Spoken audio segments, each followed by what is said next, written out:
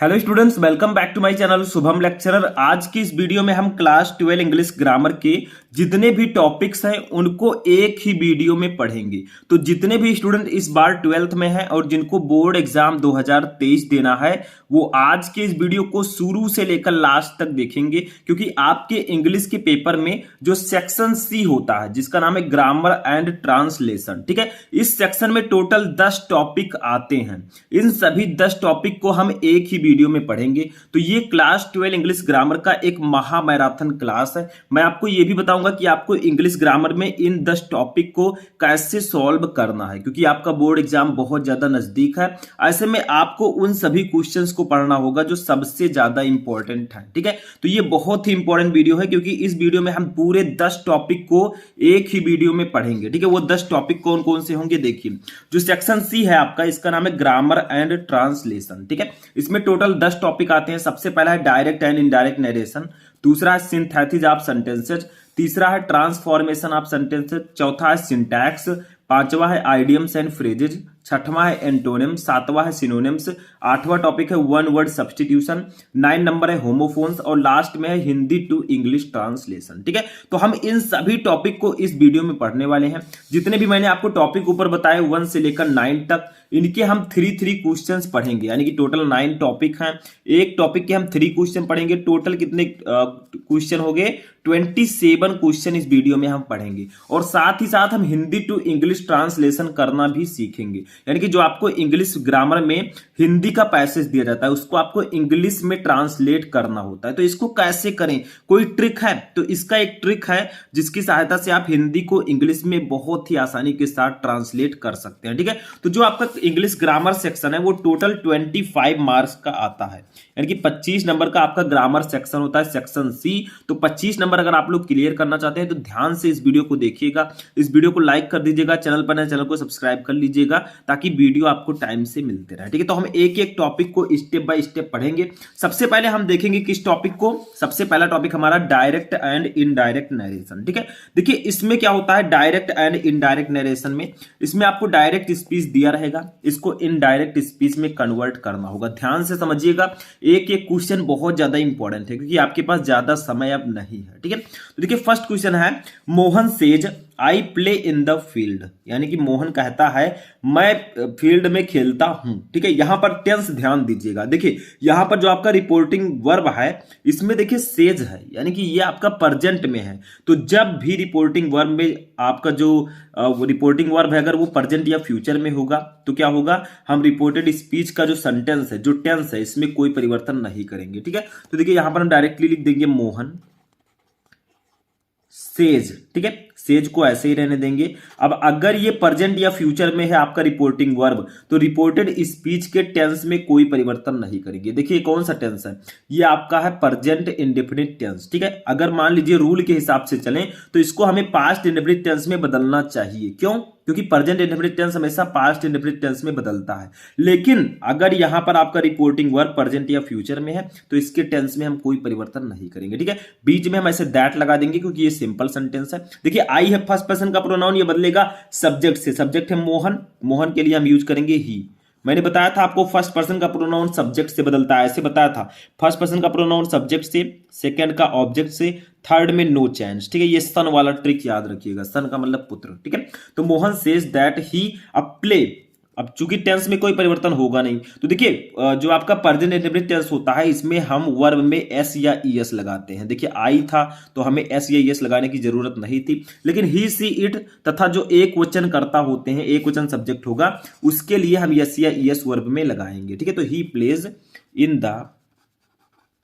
In the field, ठीक है। अब ये आपका सही हो जाएगा। तो इसमें कुछ करना नहीं है। अगर आपका रिपोर्टिंग वर्ब प्रेजेंट या फ्यूचर में है तो आपको रिपोर्टेड स्पीच के टेंस में कोई परिवर्तन नहीं करना है। आपको डायरेक्टली लिखना है Mohan says that he plays in the field, ठीक है। ऐसे दूसरा देखिए ध्यान दीजिएगा, अभी तो ये आपका कौन सा टेंस था, ये सिंपल सेंटेंस था, ठीक है। अब आते हैं नेक्स्ट पर, ये भी हमारा सिंपल सेंटेंस है, लेकिन इसमें देखिए विनय सैड, विनय ने कहा, ठीक है। यहां पर आप लोग डबल इन्वर्टर कॉमा रख दीजिएगा।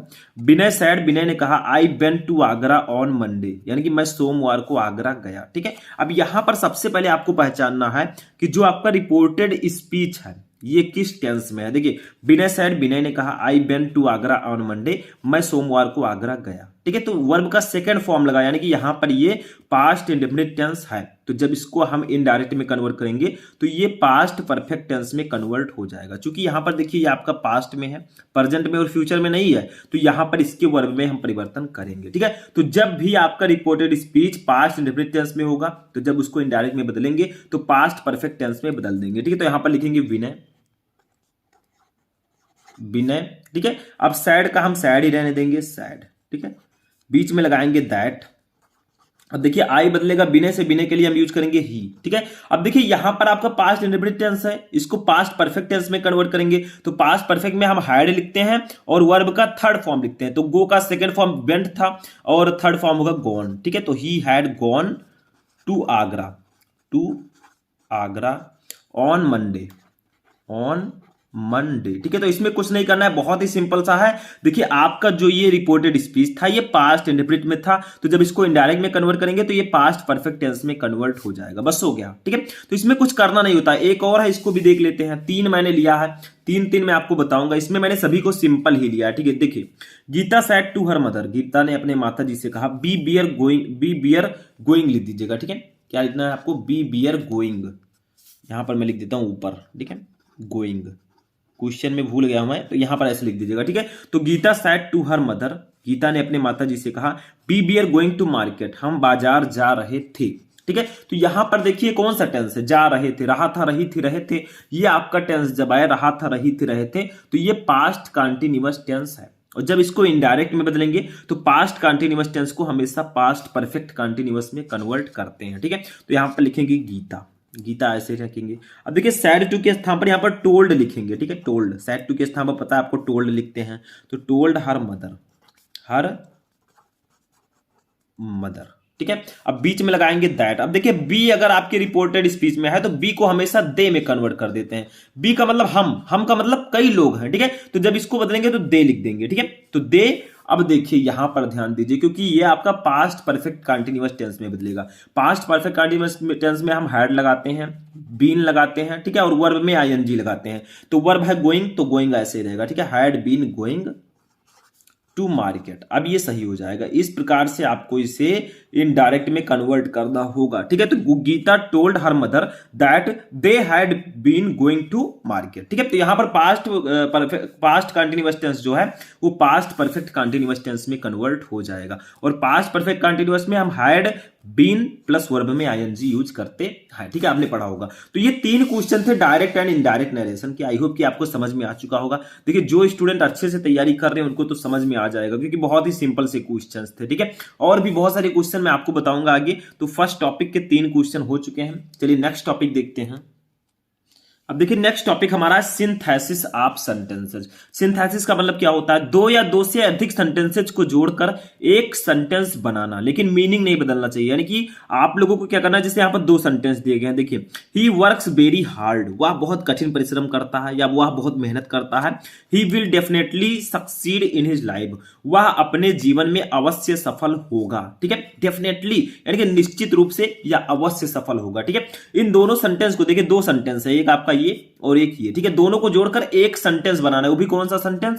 Simple sentence. ब्रेकेट में दिया रहेगा, दोनों को जोड़कर उसी सेंटेंस में आपको कन्वर्ट करना होगा। ठीक है, बस इतना करना है, लेकिन मीनिंग नहीं बदलना चाहिए। तो इसको कैसे लिखेंगे? देखिए वह बहुत कठिन परिश्रम करता है, वह अपने जीवन में अवश्य सफल होगा, या वह अपने जीवन में निश्चित रूप से सफल होगा। तो यहां पर इसे सिंपल में बदलना है। कैसे बदलेंगे? तो कुछ करना नहीं है। देखिए यहां पर ऐसे लिखेंगे ही वर्क्स सो हार्ड। ठीक है, सो हार्ड, वह इतना कठिन परिश्रम करता है दैट की ही विल डेफिनेटली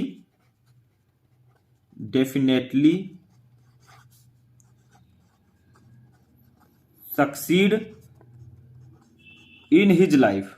ठीक है, इन हिज लाइफ।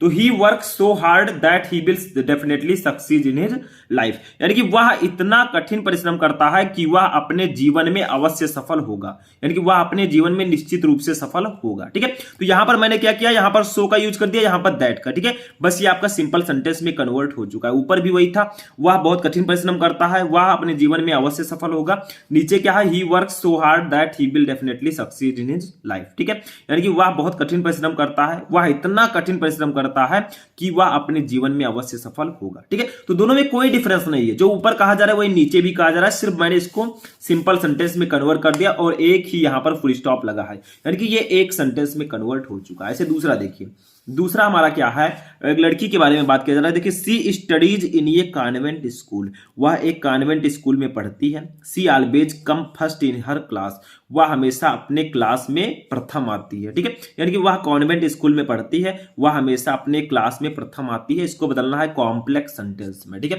कैसे बदलेंगे, तो इसको इस प्रकार से लिख देंगे। देखिए, सी ऑलवेज, पहले इसको लिख देंगे सी ऑलवेज कम, दूसरे सेंटेंस को हम पहले लिख देंगे, कोई प्रॉब्लम नहीं है आपको, मतलब अच्छे से करना है, चाहे आप पहले लिखें चाहे बाद में लिखें। ठीक है, तो she always comes first in the class, in the school. ठीक है, in the class in the school. ठीक है, इतना तो हो गया कि वह स्कूल में अपने क्लास में प्रथम आती है, हमेशा प्रथम आती है। अब कहां आती है, where she studies, where she studies, मैंने वेयर लगा दिया, यानी कि ये आपका कॉम्प्लेक्स सेंटेंस में कन्वर्ट हो चुका है। ठीक है, तो she always comes first in the class in the school, यानी कि वह स्कूल में अपने क्लास में हमेशा फर्स्ट आती है। वेयर सी स्टडीज, जहां वह पढ़ती है। ठीक है, तो वेयर का यूज कर दिया, कॉम्प्लेक्स में कन्वर्ट हो चुका है, बस हो गया। ठीक है, ऐसे तीसरा देखिए, इसको भी ध्यान दीजिए, बहुत इंपॉर्टेंट है। देखिए, I live an airy house, यानी कि मैं एक हवादार घर में रहता हूं। इट इज डबल स्टोरेड, यह 2 मंजिला है, यानी कि मैं एक हवादार घर में रहता हूं, यह 2 मंजिला है। इसको बदलना है कंपाउंड सेंटेंस में। कैसे बदलेंगे, तो लिखेंगे I live A double storeyed. ठीक है, पहले इसको लिख देंगे, ये डबल स्टोरेड हाउस। ठीक है, हाउस, बीच में लगा देंगे which, which is Airy, which is Airy, तो ये भी वही मीनिंग सेम है। देखिए, व्हिच लगा दिया बस। I live A double storeyed house, यानी कि मैं एक 2 मंजिला घर में रहता हूं। व्हिच इज एयरी, जो हवादार है। ऊपर क्या था, मैं एक हवादार घर में रहता हूं, जो वह 2 मंजिला है। नीचे क्या है, मैं 2 मंजिला वाले घर में रहता हूं जो हवादार है। ठीक है, बाकी सेम है। देखिए, मीनिंग दोनों में सेम है, यानी कि कहने का जो मीनिंग है वो सेम होना चाहिए, बाकी कुछ नहीं इसमें। ठीक है, तो ये आपका हो जाएगा सिंथेसिस ऑफ सेंटेंसेस। तो इसके भी 3 क्वेश्चन देख लिए। ऐसे हम 3-3 क्वेश्चन सभी टॉपिक के पढ़ेंगे और सबसे लास्ट में हम पढ़ेंगे हिंदी टू इंग्लिश ट्रांसलेशन। ठीक है, तो ये भी नोट कर लीजिए। चलिए नेक्स्ट क्वेश्चन देखते हैं। अब देखिए, नेक्स्ट जो हमारा टॉपिक है वो है ट्रांसफॉर्मेशन ऑफ सेंटेंसेस। ट्रांसफॉर्मेशन का मतलब क्या होता है, ट्रांसफॉर्मेशन का मतलब होगा ट्रांसफॉर्म करना। इसमें भी ब्रैकेट में जो दिया रहेगा उसी में हमें ट्रांसफॉर्म करना होगा। ठीक है, जैसे देखिए, Mohan is the most studies boy in the class, यानी कि मोहन क्लास में सबसे पढ़ने वाला लड़का है, सबसे ज्यादा पढ़ने वाला लड़का है। ठीक है, इसको पॉजिटिव डिग्री में बदलना है, क्योंकि ये आपका सुपरलेटिव डिग्री में, देखिए द मोस्ट लगा है, इसका मतलब सुपरलेटिव डिग्री। ठीक है, तो पॉजिटिव में कैसे बदलेंगे, देखिए ऐसे लिख देंगे, no other boy in the class is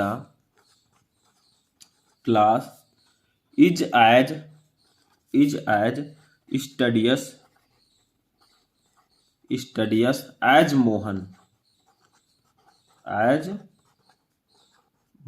ठीक है, तो no other boy in the class is as studious as Mohan, यानी कि क्लास में कोई भी लड़का मोहन के जितना पढ़ने वाला नहीं है। ठीक है, no other boy in the class, यानी कि क्लास में कोई भी लड़का नहीं है, is as studious as Mohan, यानी कि मोहन की तरह पढ़ने वाला। ठीक है, जितना कि मोहन पढ़ता है। देखिए, no other boy in the class is as studies as Mohan, यानी कि क्लास में कोई भी लड़का इतना पढ़ने वाला नहीं है जितना कि मोहन। ठीक है, तो ये आपका कॉम्परेटिव पॉजिटिव डिग्री में कन्वर्ट हो चुका है, सुपरलेटिव से डायरेक्टली पॉजिटिव डिग्री में। ठीक है, तो ये आपका हो जाएगा फर्स्ट वाला। देखिए, इसमें भी मीनिंग ना बदले तो अच्छा रहेगा। ठीक है, मीनिंग नहीं बदलना चाहिए। अच्छा, दूसरा देखिए हमारा क्या है, he is too miser to spend any money, यानी कि वह रुपए खर्च करने के लिए बहुत कंजूस है। ठीक है, इसका मतलब क्या होगा, he is too miser to spend any money, यानी कि वह रुपए खर्च करने के लिए बहुत ज्यादा कंजूस है। तो इसको निगेटिव सेंटेंस में कन्वर्ट करना है, मीनिंग भी ना बदले। ठीक है, तो कैसे करेंगे, देखिए लिखेंगे ही इज, टी डबल वाले टू को जब हम हटाते हैं तो सो का यूज करते हैं, सभी को पता होगा, क्योंकि ये चीज बहुत इंपॉर्टेंट है कि टी डबल वाले को रिमूव टू आता है कि रिमूव टू को हटा दीजिए। ठीक है, तो उसकी जगह पर सो लगाते हैं, ही इज सो माइजर, माइजर बीच में लगा देंगे दैट। ठीक है, बीच में लगा देंगे दैट। अब ही सब्जेक्ट को यहां पर फिर लिख देंगे, कैन नॉट का यूज कर देंगे, can not spend any money, any money. ठीक है, तो he is so माइजर that he can not spend any money, यानी कि वह इतना कंजूस है कि वह रुपए खर्च नहीं करता है। ठीक है, तो ये आपका हो जाएगा दूसरा वाला। मैंने इसको निगेटिव में बदल दिया और मीनिंग सेम है। देखिए ऊपर क्या था, वह रुपए खर्च करने के लिए बहुत कमजोर है, बहुत कंजूस है, यानी कि वही मीनिंग सेम है, वह इतना कंजूस है कि वह रुपए खर्च नहीं कर सकता। ठीक है, तो ये आपका हो जाएगा दूसरा क्वेश्चन। तीसरा क्वेश्चन देखिए क्या है, the Taj Mahal is really a very beautiful building, यानी कि ताजमहल वास्तव में बहुत सुंदर इमारत है। ठीक है, इसको बदलना है एक्सक्लामेटरी सेंटेंस में। कैसे कन्वर्ट करेंगे, तो जब एक्सक्लामेटरी सेंटेंस में बदलेंगे तो ऐसे लिखेंगे, व्हाट आ लिखेंगे, फिर इसकी विशेषता लिखेंगे बिल्डिंग की विशेषता कि ये ब्यूटीफुल है, तो व्हाट आ ब्यूटीफुल। ठीक है, अब फिर लिखेंगे बिल्डिंग, कौन ब्यूटीफुल है तो बिल्डिंग। ठीक है, व्हाट आ ब्यूटीफुल बिल्डिंग, अब कौन है तो the Taj Mahal, the Taj Mahal is. ठीक है, तो what a beautiful building the Taj Mahal is, यानी कि कितना सुंदर इमारत है ताजमहल। ठीक है, तो ये आपका हो जाएगा एक्सक्लामेटरी सेंटेंस में। ठीक है, तो ऐसी ट्रांसफॉर्मेशन में हमें बदलना होता है, यानी कि जो ब्रैकेट में दिया गया उसी के अकॉर्डिंग आपको ट्रांसफॉर्म करना होगा। ठीक है, बहुत सारे क्वेश्चन मैं आपको ऑलरेडी बता भी चुका हूं और इसमें भी मैं बता रहा हूं, तो इसको नोट कर लीजिए। चलिए नेक्स्ट क्वेश्चन देखते हैं। अब देखिए नेक्स्ट क्वेश्चन जो है ये हमारे नेक्स्ट टॉपिक से है, जो कि है सिंटैक्स। सिंटैक्स का मतलब क्या होता है, सिंटैक्स का मतलब होता है अगर सेंटेंस में कोई गलती है उसको सही कीजिए, हिंदी में बोले तो वाक्य संशोधन। ठीक है, मतलब सेंटेंस में कुछ गलतियां हैं अगर, तो उसको हमें सही करके लिखना होता है सिंटैक्स में। ठीक है, देखिए फर्स्ट है 100 रुपीज आर नॉट ये बिग सम दीज डेज, यानी कि 100 रुपए आज के दिन, यानी कि इन दिनों 100 रुपए कोई बड़ी रकम नहीं है। ठीक है, आज के जमाने में 100 रुपए कुछ नहीं है, पहले 100 रुपए बहुत होते थे। ठीक है, तो 100 रुपी आर नॉट ये बिग सम दीज डेज, यानी कि आज के दिन में, यानी कि इन दिनों में 100 रुपए कोई बड़ी रकम नहीं है। इसमें गलती क्या है, देखिए 100 रुपीज। ठीक है, अब आर नहीं लगाएंगे क्योंकि 100 रुपीज है, तो इसके लिए हम इज का यूज करेंगे, इज नॉट ये बिग सम दीज डेज। ठीक है, तो 100 रुपीज इज नॉट ये बिग सम दीज डेज, यानी कि 100 रुपए आज के दिन में कोई बड़ी रकम नहीं है। ठीक है, तो ये आपका हो जाएगा फर्स्ट। इसमें थोड़ी सी गलती थी, आर के जगह पर इज कर देना। ऐसे दूसरा देखिए, your shirt is inferior than coffee, यानी कि कॉफी नहीं रहेगा। ठीक है, your shirt is inferior than me लिख दीजिए यहां पर। ठीक है, क्या रहेगा, तो यहां पे मी कर दीजिएगा। ठीक है, your shirt is inferior than मी। देखिए इंफीरियर का मतलब क्या होता है, इंफीरियर का मतलब होता है घटिया क्वालिटी। ठीक है, तो your shirt is inferior than मी, यानी कि तुम्हारा शर्ट मेरे से घटिया क्वालिटी का है, यानी कि वो कह रहा है कि तुम्हारा शर्ट जो है मेरे शर्ट से घटिया क्वालिटी का है, मेरा शर्ट बहुत अच्छा है। ठीक है, तो your shirt is inferior than मी, यानी कि तुम्हारा शर्ट मेरे शर्ट से घटिया क्वालिटी का है। ठीक है, यानी कि उसकी शर्ट की तुलना में। तो यहां पर गलती क्या है, देखिए योर शर्ट लिखेंगे, योर शर्ट। ठीक है, इज इंफीरियर। अब इंफीरियर, सुपीरियर, इन सबके साथ हम देन का यूज नहीं करेंगे, टू का यूज करेंगे, और मी नहीं लिखेंगे, माइन लिखेंगे यहां पर। ठीक है, माइन इसके साथ ज्यादा बेटर रहेगा। तो यहां पर हो जाएगा your shirt is inferior to mine, यानी कि तुम्हारा शर्ट मेरे से घटिया है। ठीक है, ये हो जाएगा, समझ में आ गया। अच्छा तीसरा देखिए क्या है, थोड़ी सी गलती थी वही सही करना है। तीसरा देखिए, the train started before he reach the station. ठीक है, इसका मतलब क्या होगा, उसके स्टेशन पहुंचने से पहले ही ट्रेन चल दी थी। ठीक है, तो उसके स्टेशन पहुंचने से पहले ही ट्रेन चल दी थी। तो यहां पर जो बिफोर के पहले वाला जो सेंटेंस होगा, ठीक है, जो टेंस होगा वो क्या होगा, वो पास्ट परफेक्ट टेंस होगा। तो यहां पर हम क्या लिखेंगे, द ट्रेन, चल चुकी थी, तो चुका था चुकी थी रहेगा, तो वहां पर क्या लगेगा, हैड लगेगा। ठीक है, तो the train had started. Had started, क्योंकि यहां पर देखिए दोनों टेंस को पास्ट इंडेफिनिट कर दिया गया। देखिए यहां पर भी ट्रेन के साथ सेकंड फॉर्म लगा दिया गया, यहां पर भी ही रीच्ड है, ठीक है। तो यहां पर पहले जब आ जाए यानी कि उसके स्टेशन पहुंचने से पहले ही ट्रेन चल दी थी, तो पहले जो हम लिखेंगे उसमें उसको हम past indefinite past perfect tense में बनाएंगे, ठीक है। तो द ट्रेन हैड स्टार्टेड, ठीक है, had started before he reached the station, ठीक है, ही रीच्ड द स्टेशन, ठीक है। तो इसका मतलब क्या होगा, the train had started before he reached the station, यानी कि ट्रेन उसके स्टेशन पहुंचने से पहले ही ट्रेन चल दी थी, ठीक है। तो ये आपका हो जाएगा बिल्कुल सही। तो इसमें क्या होगा, यहां पर जो ये आपका पास्ट इंडेफिनिट में बना था इसको हम पास्ट परफेक्ट कर देंगे, ठीक है, बस हो गया। तो ये हो गया आपका टॉपिक नंबर 4 सिंटैक्स। इसके भी 3 क्वेश्चन हो गए। चलिए नेक्स्ट टॉपिक देखते हैं क्या है। अब देखिए हमारा जो नेक्स्ट टॉपिक है वो है आइडियम्स एंड फ्रेजेस। इसका मतलब क्या होता है, आइडियम्स एंड फ्रेजेस को हिंदी में बोले तो मुहावरे एवं लोकोक्तियां। इसमें आपको करना क्या, जैसे देखिए ए मैडन स्पीच, ठीक है, ये क्वेश्चन दे दिया गया, इसका अर्थ लिखना है, फिर इसका सेंटेंस में यूज करना, जैसे हम लोग हिंदी व्याकरण में करते हैं ऐसे दे दिया जाएगा। जैसे ईद का चांद होना, ठीक है, तो उसका अर्थ लिखेंगे बहुत दिनों बाद दिखाई देना, फिर उसको वाक्य प्रयोग करेंगे हिंदी में, यहां पर इंग्लिश में करना होगा। ये मैडन स्पीच यानी कि इसका मतलब होता है प्रथम भाषण, ठीक है। अब इसका सेंटेंस में हम यूज करेंगे, कैसे करेंगे, तो लिखेंगे हम हर मैडन स्पीच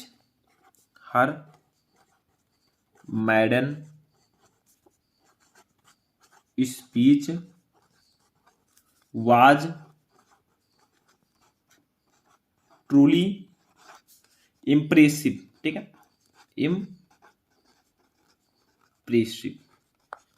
तो देखिए her maiden speech was truly impressive, यानी कि उसका पहला भाषण वास्तव में प्रभावशाली था। तो यहां पर सेंटेंस में यूज करने से पहले यह ध्यान रखिएगा कि जो क्वेश्चन है वो इसमें आना चाहिए। देखिए मैडन स्पीच, ये क्वेश्चन इसमें आ चुका है, ये सेंटेंस में यूज आपने बिल्कुल सही किया, ठीक है। तो her maiden speech was truly impressive, यानी कि उसका पहला भाषण वास्तव में प्रभावशाली था, इंप्रेसिव था, ठीक है। ऐसे दूसरा देखिए, दूसरा है बाय लीप्स एंड बाउंड। इसका मतलब होता है तीव्रता से या तेजी से, तो यहां पर लिख देंगे तीव्रता से, ठीक है। तो इसका अब हम वाक्य प्रयोग करेंगे, तो लिखेंगे our country is making progress by leaps and bound,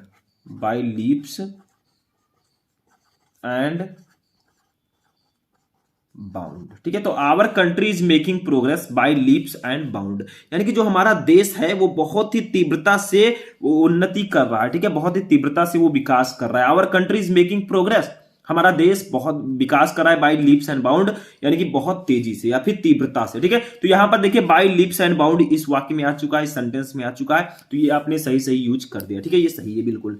तीसरा देखिए चाइल्ड्स प्ले का मतलब होता है आसान काम, ठीक है। इसका मतलब क्या होगा, आसान काम, ठीक है। तो इसका हम करेंगे, लिखेंगे कुकिंग इज ये चाइल्ड्स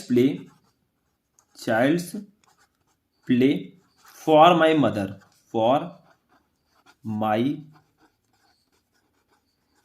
इसका मतलब क्या होगा, cooking is a child's play for my mother, यानी कि खाना बनाना मेरी माता जी के लिए बहुत आसान काम है, ठीक है। तो चाइल्ड्स प्ले का मतलब होगा आसान काम। आप कुछ भी वाक्य में लिख सकते हैं, लेकिन जो आपका क्वेश्चन है वो इसमें आना चाहिए। देखिए यहां पर चाइल्ड्स प्ले आ गया, तो ये आपका बिल्कुल सही होगा, ठीक है। तो यही होगा आपका आइडियम्स एंड फ्रेजेस, ऐसे ही करना है, समझ में आ गया। तो ये भी हो गया। चलिए नेक्स्ट टॉपिक देखते हैं क्या है।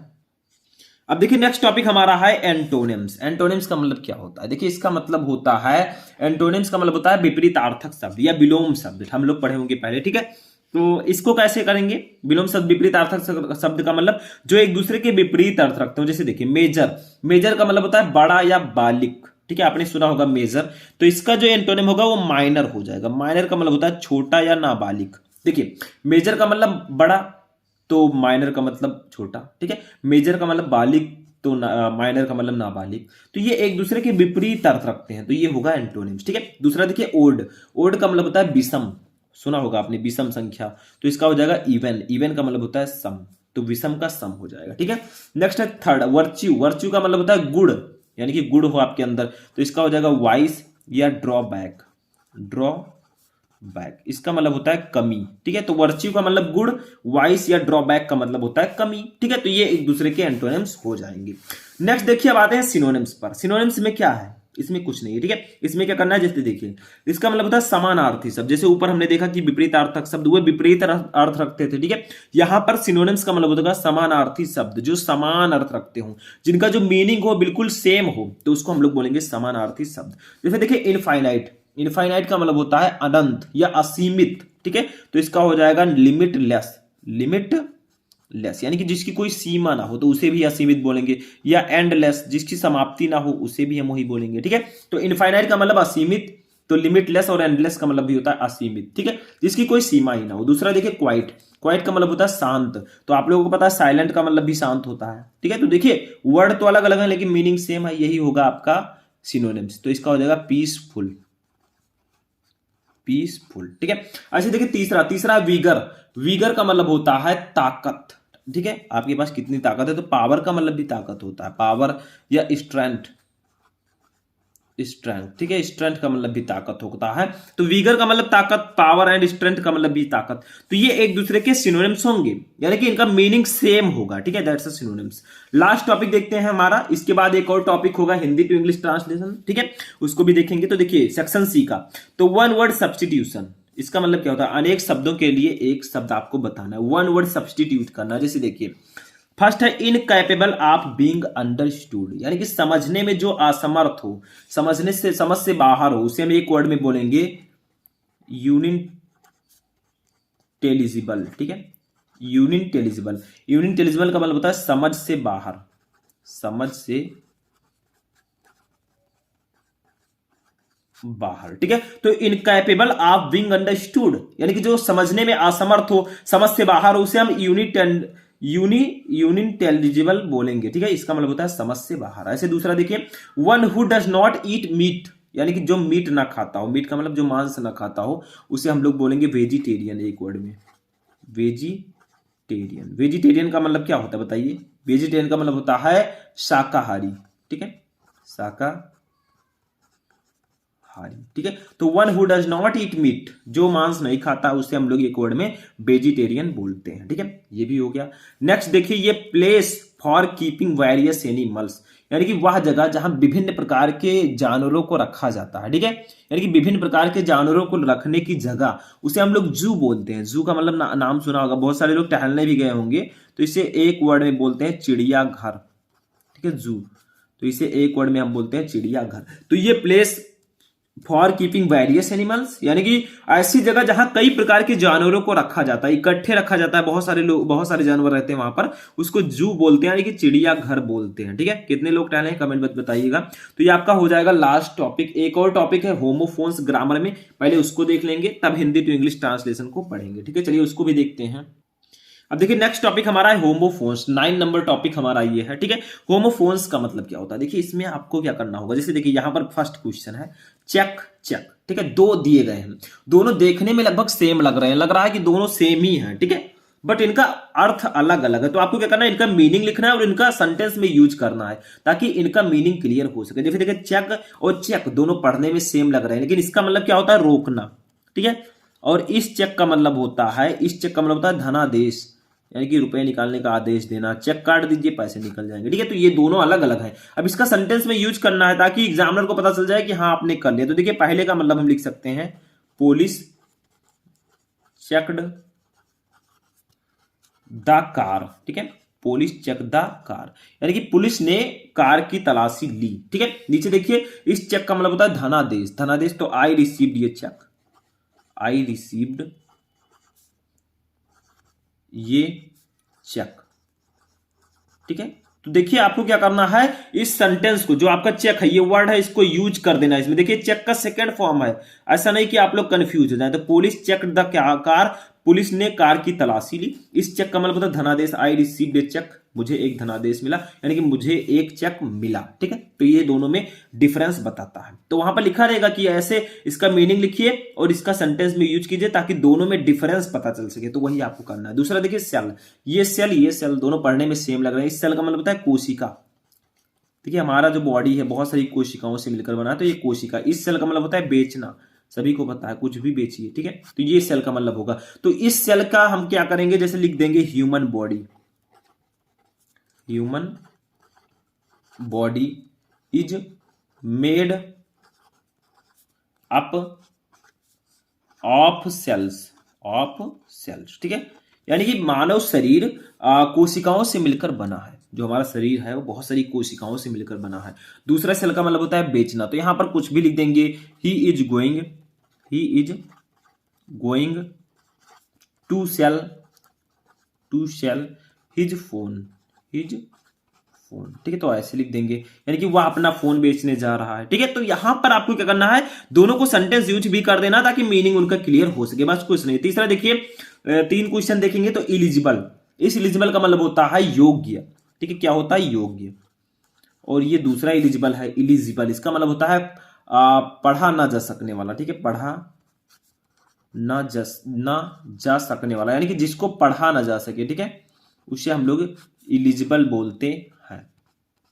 तो इस इलिजिबल का मतलब होता है योग्य। तो इसका क्या लिखेंगे, जैसे हम एक वर्ड एक करेंगे, आई एम नॉट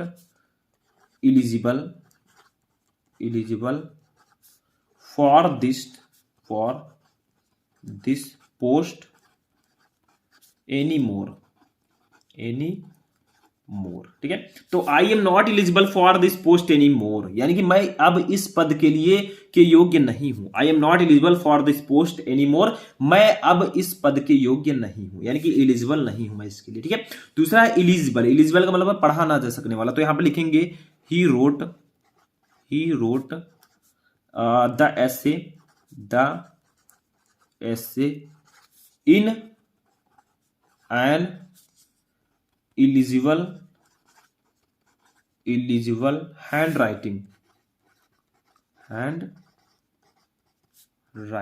ठीक है, तो he wrote the essay in an illegible handwriting, यानी कि उसने एक निबंध अवैध लिखावट में लिखा। इलिजिबल हैंडराइटिंग यानी कि अवैध लिखावट, जिसको हम पढ़ नहीं सकते। ठीक है, ऐसा लिखा उसने जिसको हम पढ़ नहीं सकते। बहुत सारे लोगों की राइटिंग भी ऐसी होती है, लिख देंगे हम लोग पढ़ ही नहीं पाएंगे उसको। ठीक है, तो ऐसे ऐसे इसमें होता है। तो ये आपका हो जाएगा इलिजिबल। दोनों में डिफरेंस हो गया, तो इसमें भी कोई प्रॉब्लम नहीं होनी चाहिए। तो ये आपका था 9 टॉपिक था, 27 क्वेश्चन हम देख चुके हैं। अब सबसे लास्ट में हम देखेंगे हिंदी टू इंग्लिश ट्रांसलेशन, यानी कि हम हिंदी के पैसेज को इंग्लिश में कैसे ट्रांसलेट करें। ठीक है, उसको ध्यान से समझना होगा और उसी तरह आपको करना है। कोई भी पैसेज आएगा उसको आप कर लेंगे। ठीक है, चलिए देखते हैं।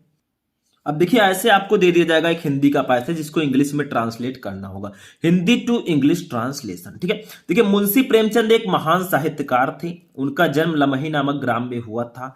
एक साधारण परिवार में जन्म लेकर भी उन्होंने पूरे विश्व में अपना नाम रोशन किया। देखिए मैं पहले पढ़ रहा हूं, भी करवाऊंगा। ठीक है, हिंदी तथा उर्दू दोनों भाषाओं पर उनका समान अधिकार था। उपन्यास तथा कहानियां लिखने में भी माहिर थे। उनके उपन्यासों में भारतीय समाज का अनोखा वर्णन मिलता है। उनकी किताबों की दुनिया में कई भाषाओं में अनुवाद हुआ है। यही कारण है कि उन्हें उपन्यास सम्राट कहा जाता है। एक सफल अध्यापक के रूप में भी वे काफी लोकप्रिय रहे। कम पढ़ा लिखा व्यक्ति भी उनकी पुस्तकों को पढ़ने में काफी रुचि लेता है। तो देखिए किसी चीज को सॉल्व करना है तो पहले आपको पढ़ना होगा, क्योंकि जब भी आप पेपर देने जाते हैं तो आपको पेपर क्यों कहा जाता है कि 15 मिनट पढ़ो, क्योंकि पढ़ लेंगे तो थोड़ा दिमाग आपका उन क्वेश्चन को ढूंढने में लग जाएगा, आप बहुत आसानी से कर लेंगे। ठीक है, तो सबसे पहले देखिए मुंशी प्रेमचंद एक महान साहित्यकार थे। तो यहां पर आपको मीनिंग पता होगा तो भाई तो कर पाएंगे आप। तो लिखेंगे मुंशी प्रेमचंद, ये वाज बियर वाला है, था थी थे तो वाज बियर लगेगा। तो मुंशी प्रेमचंद वाज, ये महान का होगा ग्रेट, साहित्यकार का होता है लिटरेरी राइटर। ठीक है, तो इसका मतलब होता है साहित्यकार। तो मुंशी प्रेमचंद वाज ये ग्रेट लिटरेरी राइटर। ठीक है, ऐसे लिख देंगे, बस हो गया। तो यहां पर मैं सॉल्व कर रहा हूं, आप लोग ध्यान दीजिएगा। देखिए लिखेंगे Munshi Premchand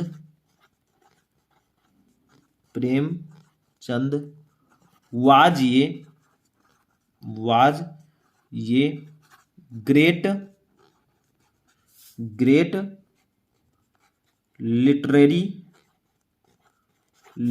writer. Literary writer का मतलब होता है महान साहित्यकार, यानी कि साहित्यकार, ठीक है। तो Munshi Premchand was great literary writer, यानी कि मुंशी प्रेमचंद एक महान साहित्यकार थे, ठीक है। एक एक लाइन सॉल्व करना आपको ध्यान से। आगे देखिए, उनका जन्म लमही नामक ग्राम में हुआ था। तो किसका जन्म? उनका। किसका का प्रश्न करने पर आपको सब्जेक्ट मिल जाएगा, ठीक है। तो उनका, तो ही वाज हुआ था, ही वाज जन्म का होता है बॉर्न, तो ही वाज बॉर्न, ठीक है। अब किस ग्राम में? ग्राम का क्या होगा? विलेज, इन विलेज, इन ये विलेज, ठीक है। उस विलेज का नाम क्या था? लमही, तो कार्ड लमही, ठीक है। तो उनका जन्म लमही नामक ग्राम में हुआ था, तो ही वाज बॉर्न इन ये विलेज कार्ड लमही, ठीक है। ऐसे लिख देंगे। तो यहां पर लिखेंगे ही वाज बॉर्न इन ये विलेज कार्ड लमही, ठीक है, लमही। तो ऐसे लिख देंगे, बस हो गया। ऐसे एक एक लाइन सॉल्व करना पड़ेगा आपको ध्यान से, ठीक है। आगे देखिए, एक साधारण परिवार में जन्म लेकर भी उन्होंने पूरे विश्व में अपना नाम रोशन किया, ठीक है। तो यहां पर मतलब क्या होगा? एक साधारण परिवार में उनका जन्म हुआ था, ठीक है। तो एक साधारण परिवार में जन्म लेकर भी, देखिए भी का मतलब होता है, भी का इंग्लिश क्या होगा? इवन, ठीक है। इवन आफ्टर, यानी कि लेकर भी, बीइंग बॉर्न, यानी कि उनका जन्म जो है एक साधारण परिवार में हुआ था। तो इसको लिखेंगे even after being born in a simple family, यानी कि एक साधारण परिवार में जन्म लेकर भी उन्होंने पूरे विश्व में अपना नाम रोशन किया। तो he was renowned through out the world, ठीक है। तो यहां पर लिखेंगे इवन आफ्टर।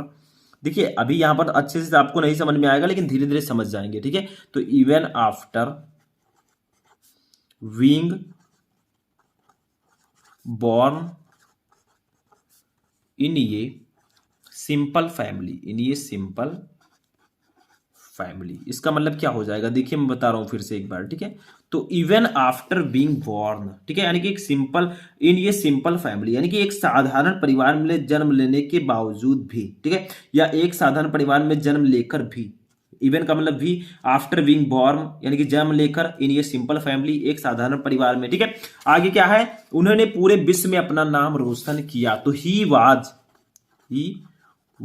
रोशन करना के क्या होगा? रीनोड थ्रू आउट, ठीक है, थ्रू आउट द वर्ल्ड, इसका मतलब होगा पूरे विश्व में, ठीक है। द वर्ल्ड, WORLD, ठीक है, ऐसे लिख दीजिएगा।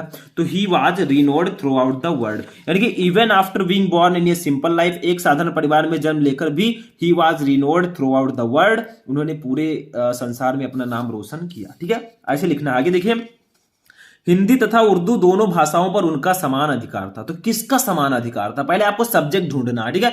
तो उनका का हम क्या लिखेंगे? ही, ठीक है, क्या लिखेंगे? ही। तो देखिए हिंदी तथा उर्दू दोनों भाषाओं पर उनका समान अधिकार था। तो ही हैड समान अधिकार का क्या होगा? इक्वल कमांड, ठीक है, किसमें? दोनों में। तो इन बोथ, किसमें? हिंदी एंड उर्दू। तो लिखेंगे उनका समान अधिकार था, इसको पहले लिखेंगे ही हैड इक्वल कमांड, ठीक है, उनका समान अधिकार था हिंदी तथा उर्दू दोनों भाषाओं में। तो इसका हम लिख देंगे in both Hindi and Urdu language, ठीक है। तो यहां पर लिखेंगे ही had equal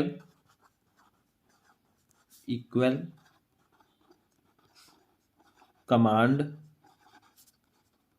in both Hindi and Urdu, ठीक है, एंड उर्दू लैंग्वेज, ठीक है। तो ही हैड इक्वल कमांड, उनका समान अधिकार था in both Hindi and Urdu language, यानी कि हिंदी और उर्दू दोनों भाषाओं में, ठीक है। तो उनका हिंदी और उर्दू दोनों भाषाओं में समान अधिकार था, ठीक है, हिंदी तथा उर्दू दोनों भाषाओं में उनका समान अधिकार था। आगे देखिए, अभी बहुत काफी बड़ा है, क्योंकि 5-6 नंबर ऐसे फ्री में तो मिलेंगे नहीं, थोड़ा बहुत मेहनत तो करना पड़ेगा आपको, ठीक है। तो देखिए, उपन्यास तथा कहानियां लिखने में वे माहिर थे। कौन माहिर थे? पहले सब्जेक्ट ढूंढिए, वे, ठीक है। तो इनके लिए हम ही का यूज करेंगे। तो ही वाज, देखिए था थी थे आ गया, तो वाज का यूज होगा। तो ही वाज, माहिर का मतलब होता है एक्सपर्ट, तो ही वाज एन एक्सपर्ट, ठीक है, किसमें माहिर थे? उपन्यास तथा कहानियां लिखने में। तो इन राइटिंग में का हो जाएगा इन, लिखने का हो जाएगा राइटिंग, ठीक है। अब उपन्यास तथा कहानियां, उपन्यास का होगा इंग्लिश नॉवेल एंड कहानी का स्टोरी, ठीक है। तो यहां पर लिखेंगे he was expert in writing novel and story, ठीक है। अगर आपको हिंदी मीनिंग का इंग्लिश पता होगा वर्ड का तभी आप लिख पाएंगे, ठीक है। तो यहां पर लिखेंगे he was an expert in writing novels and story, ठीक है। यानी कि उपन्यास और कहानियां लिखने में वे माहिर थे, ठीक है। आगे देखिए क्या लिखेंगे, उनके उपन्यासों में भारतीय समाज का अनोखा वर्णन मिलता है। तो किसका अनोखा वर्णन मिलता है, ठीक है। तो देखिए उनके समाज में भारतीय जो भारतीय समाज का अनोखा वर्णन मिलता है उनके उपन्यासों में, ठीक है। तो जो उनके उपन्यास है हिज नॉवेल्स, ठीक है, उनका उपन्यास जो है भारतीय समाज के अनोखे वर्णन से मिलकर बना है। तो हिज नॉवेल्स कंटेन्स ये यूनिक डिस्क्रिप्शन, ठीक है, ये यूनिक डिस्क्रिप्शन यानी कि एक अनोखा वर्णन, कंटेन मिलता है, कंटेन का मतलब होता है मिलता है, ठीक है।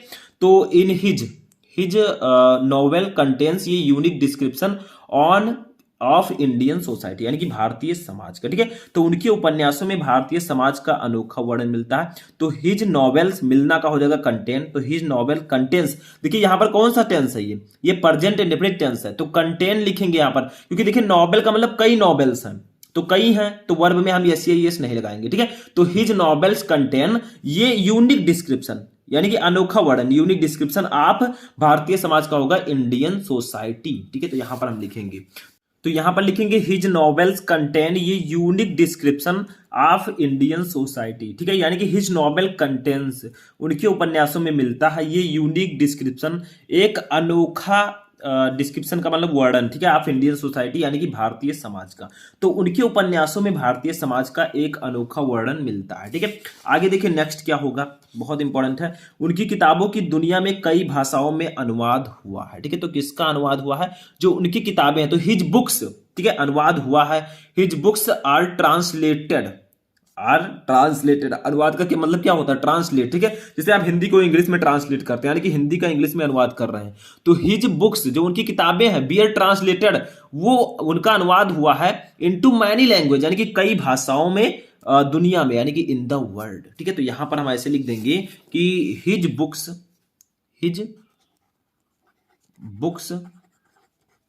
आर ट्रांसलेटेड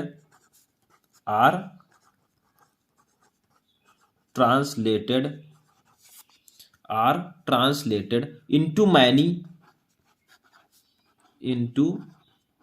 many लैंग्वेज यानी कि कई भाषाओं में, ठीक है, लैंग्वेज इन द वर्ल्ड, ठीक है। तो यहां पर इसका मतलब क्या होगा, देखिए हिज बुक्स आर ट्रांसलेटेड उनकी किताबों का अनुवाद हुआ इनटू मैनी लैंग्वेज कई भाषाओं में, इन द वर्ल्ड यानी कि संसार में, ठीक है। तो उनकी किताबों का दुनिया में या संसार में कई भाषाओं में अनुवाद हुआ है, ठीक है। आगे देखिए क्या लिखेंगे, आगे हमारा नेक्स्ट है यही कारण है कि उन्हें उपन्यास सम्राट कहा जाता है, ठीक है। तो उन्हें उपन्यास कहा जाता है, तो यही कारण है कि दैट इज व्हाई उन्हें उपन्यास सम्राट कहा जाता है। ही, उन्हें का मतलब होगा ही, ठीक है, कहा जाता है, तो ता है, ती है, ते है, यहां पर भी आ गया, ठीक है। तो he is called the king of novel, ठीक है। तो यहां पर लिख देंगे कि दैट इज वाई, यही कारण है, दैट इज वाई, ठीक है। ही इज कॉल्ड उन्हें कहा जाता है, ठीक है, द किंग ऑफ नॉवेल यानी कि उपन्यास का सम्राट, द किंग ऑफ नॉवेल, ठीक है। तो that is why he is called the king of novel यानी कि दैट इज व्हाई यही कारण है कि he is called the king of novel उन्हें उपन्यास सम्राट कहा जाता है, ठीक है। उपन्यास के वे किंग हैं। आगे देखिए क्या है, एक सफल अध्यापक के रूप में भी वे काफी लोकप्रिय रहे। देखिए वो उपन्यासकार तो है ही, बहुत सारे उपन्यास को उन्होंने लिखा, लेकिन एक सफल अध्यापक के रूप में भी वे काफी लोकप्रिय रहे। कौन, वे, तो ही लिखेंगे पहले, तो वाज आल्सो आल्सो क्वाइट, लोकप्रिय का मतलब होता है पॉपुलर, क्वाइट का मतलब होता है काफी, ठीक है। तो he was also quite popular, ठीक है। किसके रूप में? एज ये के रूप के में का हम लिखेंगे एज ये सफल अध्यापक का हो जाएगा सक्सेसफुल टीचर, ठीक है। तो he was also quite popular as a successful teacher. तो यही हम यहां पर लिख देंगे, he was also quite popular as a successful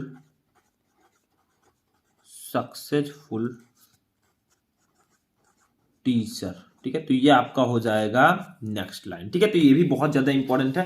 तो ये आपका हो जाएगा। एक लाइन और अभी बचा है, उसको भी देखते हैं। देखिए, कम पढ़ा लिखा व्यक्ति भी उनकी पुस्तकों को पढ़ने में काफी रुचि लेता है, यानी कि जो कम पढ़े लिखे व्यक्ति हैं, ठीक है। Even the less educated person, ठीक है।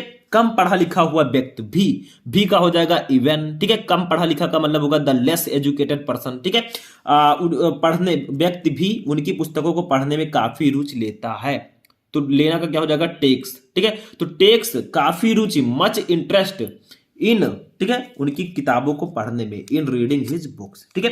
तो यहां पर लिखेंगे कम पढ़ा लिखा हुआ व्यक्ति भी, even the less educated person लेता है टेक्स काफी रुचि, यानी कि मच इंटरेस्ट उनकी पुस्तकों को पढ़ने में, इन रीडिंग हिज बुक्स, ठीक है। तो यहां पर लिख देंगे एक लाइन में, even the less educated person, ठीक है, takes much interest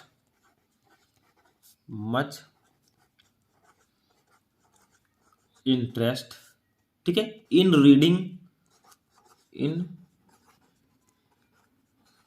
reading his books, ठीक है। इसका मतलब क्या होगा? Even the less educated person, यानी कि कम पढ़ा लिखा हुआ व्यक्ति भी टेक्स लेता है मच इंटरेस्ट, काफी रुचि, इन रीडिंग हिज बुक्स, उनकी पुस्तकों को पढ़ने में, ठीक है। तो कम पढ़ा लिखा हुआ व्यक्ति भी उनकी पुस्तकों को पढ़ने में काफी रुचि लेता है, ठीक है। तो यहीं पर हमारा ये हिंदी टू इंग्लिश ट्रांसलेशन भी फिनिश होता है, ठीक है। तो यहां पर मैंने जितने भी टॉपिक थे, मैंने आपको बताया था कि इसमें मैं 10 टॉपिक्स बताऊंगा, ठीक है। तो ये आपका 10 टॉपिक कौन कौन सा है? सेक्शन सी, यानी ग्रामर के 10 टॉपिक मैंने बता दिए। Direct and indirect narration, synthesis, transformation, syntax, idioms and phrases, antonyms, synonyms, one word substitution, homophones, और एटलीस्ट हमने पढ़ा हिंदी टू इंग्लिश ट्रांसलेशन, ठीक है। तो आपका जो सेक्शन सी है वो इसमें फिनिश हो चुका है। इतने ही क्वेश्चंस आते हैं आपके बोर्ड एग्जाम में, 25 नंबर आपको इसके लिए दिया जाता है। इसमें तो मैंने बहुत सारे क्वेश्चन बता दिए आपको, डायरेक्ट इनडायरेक्ट सिंथेसिस, इन सब में एक एक क्वेश्चंस करने होंगे, ठीक है। तो बहुत ही इंपॉर्टेंट ये वीडियो था आप सभी के लिए, क्योंकि 10 टॉपिक एक ही वीडियो में मैं लेकर आया था, ठीक है। तो आज का ये इंटरेस्टिंग सेशन यहीं पर फिनिश होता है, जो आपका सेक्शन डी है, और आगे के जो पोर्शंस है वो मैं आपको लगातार प्रोवाइड करवाता रहूंगा, ठीक है। तो इस वीडियो में फिलहाल इतना ही, तब तक के लिए जय हिंद।